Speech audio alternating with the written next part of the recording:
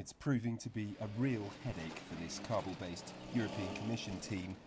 Instead of driving through northern Afghanistan to inspect an Afghan border post next to Tajikistan, they've had to make a major detour, flying to and then driving from the Tajik capital, Dushanbe. We began this process to come via Tajikistan almost 3 weeks ago as a kind of plan B, and it's now very much become plan A, because since that period the security situation has worsened still further. These pictures, shot by the European Commission, show the US-built bridge at Nujni Panj. It opened 2 years ago, but on average, only a handful of trucks cross every hour. With the spike in violence in the run-up to this week's presidential election, the numbers are well down.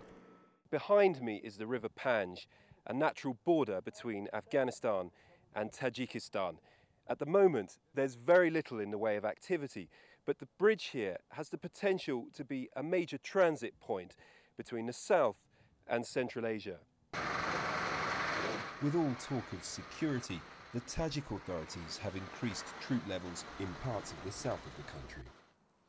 This summer has already seen government forces battling alleged Taliban-linked fighters and drug runners on its territory. Foreign security organisations suspect that the threat is directly related to the lawlessness over the border in northern Afghanistan. All of this is coming closer and closer and closer to Tajikistan. These security issues are becoming more common, they're happening more often, and they're having a greater effect on our projects than ever before. The Tajik President Emomali Rahmon held a summit in July with his Afghan, Pakistan and Russian counterparts, in which they pledged greater security cooperation. The Tajik authorities say they're keen to work with whoever they can to prevent the spread of instability across their borders.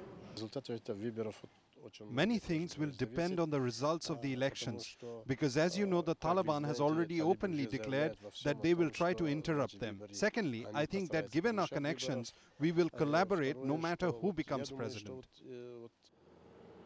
For now, this week's presidential election in Afghanistan appears of little concern on the streets of Dushanbe. A situation that could fast change if the violence is to spread. Forestier-Walker for Al Jazeera on the Tajik-Afghan border.